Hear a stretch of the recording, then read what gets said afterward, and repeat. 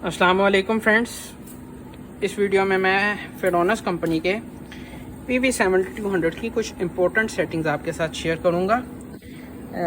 इस वीडियो की मदद से जिन भाइयों को इसकी सेटिंग करने का तरीका नहीं मालूम वो भी इजीली सेटिंग कर सकते हैं, क्योंकि इन्वर्टर इंस्टॉल करने के बाद इसकी सेटिंग करना बहुत ज़रूरी होता है। अगर इसकी कुछ सेटिंग आउट हो तो बहुत सीरियस इशूज़ भी हो सकते हैं। तो चलते हैं सेटिंग मेथड की तरफ। सेटिंग मेन्यू में जाने के लिए सबसे पहले आपने इसके ऊपर है आपका ये राइट साइड पर एरो का बटन, इसको आपने कॉन्स्टेंटली 5 सेकंड तक क्लिक करके रखना है। ये अपने सेटिंग मेन्यू में चला जाएगा। सेटिंग मेन्यू में जाने के बाद सबसे पहले इसके नंबर 1 पर आती है हमारी प्रायोरिटी सोर्स, कि हम किस सोर्स से प्रायोरिटी वाइज इलेक्ट्रिसिटी लेना चाहते हैं, जिसमें सबसे पहले फर्स्ट प्रायोरिटी पे है हमारा सोलर, सेकंड पे है यूटिलिटी और बैकअप के लिए बैटरीज हैं। ये हमारी सेटिंग बिल्कुल ओके है, हम इसे ओके कर देते हैं और चलते हैं नेक्स्ट सेटिंग की तरफ। तो नेक्स्ट सेटिंग में बैटरी की चार्जिंग है जो कि 30 एम्पेयर पर सिलेक्ट है। 30 एम्पेयर एक रीज़नेबल सेटिंग है। इसको आप अपनी रिक्वायरमेंट के मुताबिक इन एरोज़ की मदद से अप या डाउन कर सकते हैं। और इस सेटिंग को सेव करवाने के बाद नंबर 3 पे हमारे पास जो सेटिंग है उसके अंदर हमारे पास 2 ऑप्शन आते हैं। एक आ रहा है UPS और दूसरा आ रहा है APL। इसको UPS मोड पे सिलेक्ट करें, जिससे वोल्टेज जब बिलो 170 होंगे तो ये UPS मोड पर शिफ्ट हो जाएगा, और जब अबव 270 होंगे तो तब भी UPS पे शिफ्ट हो जाएगा, जिसकी वजह से सेंसिटिव इलेक्ट्रॉनिक्स, कंप्यूटर और DVR सिस्टम सेव रहेंगे और वो रिस्टार्ट भी नहीं होंगे। इस सेटिंग को सेव करवाने के बाद चलते हैं हमारी नंबर 4 की सेटिंग की तरफ, जिसमें बैटरी टाइप सिलेक्ट करनी है। बैटरी टाइप क्योंकि हमारी लेड एसिड बैटरीज लगी हुई हैं, 48 वोल्ट का पावर बैंक है, तो हम इसमें FLD सिलेक्ट कर रही हैं। FLD मीन्स के फ्लूइड टाइप बैटरीज। तो हमने इसको बता दिया कि हमने इसके साथ फ्लूइड टाइप बैटरीज अटैच की हुई हैं। इस सेटिंग को सेव करने के बाद नंबर 6 पर है हमारी बीप, जिसको हमने इनेबल किया हुआ है ताकि कोई भी इशू हो तो हमें बीप चल के पता चल जाए, जिसमें ओवरलोडिंग, ओवरहीटिंग वगैरह शामिल है। तो इसको आप इनेबल ही रखें। उसके बाद चलते हैं हम नेक्स्ट सेटिंग की तरफ, जिसमें हम फ्रीक्वेंसी को सिलेक्ट करेंगे। तो ऊपर वाली सेटिंग क्योंकि डिसेबल हो गई थी, हम इसको अब दोबारा से इनेबल कर दें। पहले इनेबल करने के बाद हम इसको सेव करवाएंगे। इसको सेव करवाने के बाद अब हम चलेंगे नेक्स्ट सेटिंग की तरफ, जिसमें इसकी आउटपुट फ्रीक्वेंसी है, जिसको हमने 50 हर्ट्ज पर सिलेक्ट कर दिया है। हमारे यहाँ इलाके में 50 हर्ट्ज ही चलती है पाकिस्तान में। और इसको सेटिंग को सेव कर दिया है। नेक्स्ट पर इसके आउटपुट वोल्टेजेस हैं, जिसको 230 पे सिलेक्ट किया गया है। रिजनेबल वोल्टेज हैं, इस पर हर किस्म का फ़ैन एक अच्छी स्पीड देता है और कोई भी इलेक्ट्रॉनिक डिवाइस कोई इशू नहीं करती। आप इसको अपनी ज़रूरत के मुताबिक 220 240 तक लेके जा सकते हैं। 230 एक रीज़नेबल है, तो हम इसे 230 पर सेव कर देते हैं। नेक्स्ट पे चलते हैं हम कि ये यूटिलिटी से सप्लाई लेकर बैटरीज को कितने एम्पेयर पे चार्ज करेगा। जब हमने इसको सिलेक्ट किया था सोलर चार्जिंग पे तो तब हमने 30 एम्पेयर सेलेक्ट किए थे, लेकिन यूटिलिटी पे हमने 10 एम्पेयर सेलेक्ट किए ताकि ये कम से कम बिजली यूटिलिटी की इस्तेमाल करे बैटरीज को चार्ज करने के लिए। आप इसको अपनी रिक्वायरमेंट के मुताबिक अप डाउन कर सकते हैं। मैंने as per requirement 10 ampere per select की है। और अब चलते हैं हमारी नेक्स्ट सेटिंग की तरफ, जिसमें है कि बैटरी कितने वोल्ट पर हो तो ये दोबारा यूटिलिटी पे शिफ्ट हो जाए, जिसे मैंने 46 पे सिलेक्ट किया है।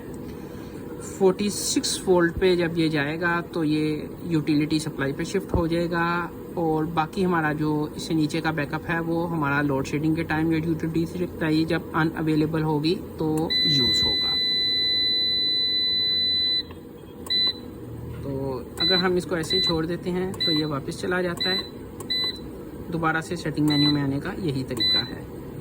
तो हम थे यूटिलिटी सप्लाई की चार्जिंग पर, और जिसको हमने 10 एम्पेयर सेलेक्ट कर लिया। उसके बाद 46 वोल्ट इसके back to utility voltage select हो गए हैं, एंड देन 58 वोल्टेजेस जो कि सिलेक्ट किए गए हैं कि बैटरी को कितने वोल्ट पे फुल कराना है। डिफरेंट टाइप की बैटरीज को डिफरेंट वोल्टेजेस पे फुल कराया जाता है। जो आप हमारी लेड एसिड बैटरी हैं 14.2, 14.3 और 14.5 तक इनको चार्ज किया जाता है। तो इसमें 58 वोल्ट सिलेक्ट कर दिए गए हैं, जो कि 48 वोल्ट के पावर बैंक के लिए इनफ है।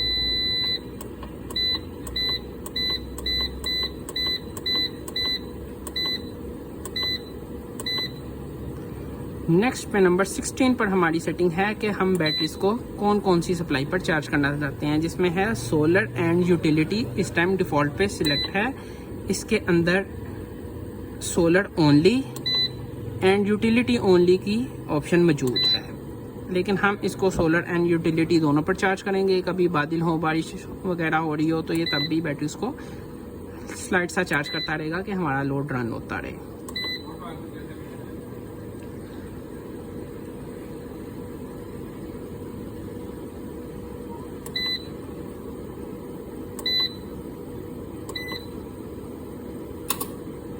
नंबर 18 की इसकी सेटिंग को हमने इनेबल कर दिया है, जिसमें कि बैटरी इक्वलाइजर ऑन रहेगा।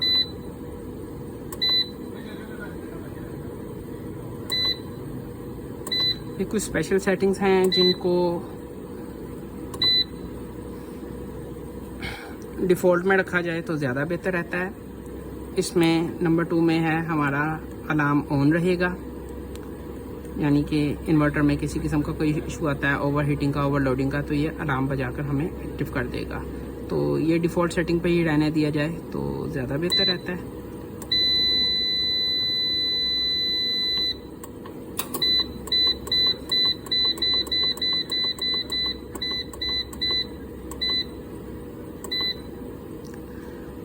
नंबर 23 पर है कि हमारा अगर सिस्टम ओवरलोड होता है तो आया कि इसको बाईपास करना चाहिए या इसको रिस्टार्ट होना चाहिए। तो हमने बाईपास को डिसेबल कर दिया है ताकि पता चले कि इन्वर्टर ओवरलोड हो रहा है, ताकि इस पे लोड को कम किया जा सके। इस बाईपास को इनेबल भी किया जा सकता है, लेकिन डिफ़ॉल्ट में इसके डिसेबल है, जिसको डिसेबल करना ही बेहतर है।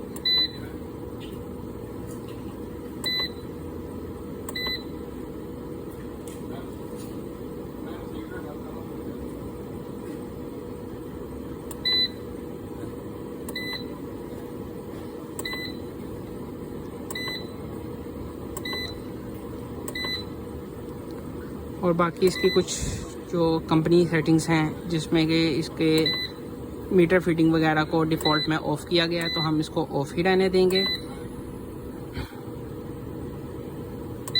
और बाकी जो इसकी कुछ इम्पोर्टेंट सेटिंग थी उनको हमने ऑन कर लिया है। ये नंबर 38 पर एक और सेटिंग है, जिसमें जब ये मीटर फीडिंग करेगा तो ये बस 10 एम्पियर तक का करंट मीटर को फीड करेगा, इससे ज़्यादा नहीं करेगा।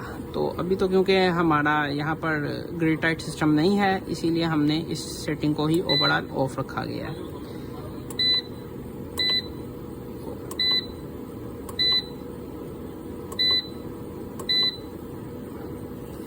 और ये हमारी इसकी मुकम्मल सेटिंग सेव हो चुकी है।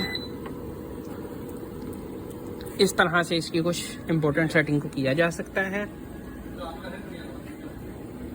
वीडियो से मुताल्लिक मज़ीद किसी क्वेश्चन के लिए आप मुझे मेरे नंबर पर कॉन्टैक्ट कर सकते हैं। Thank you very much.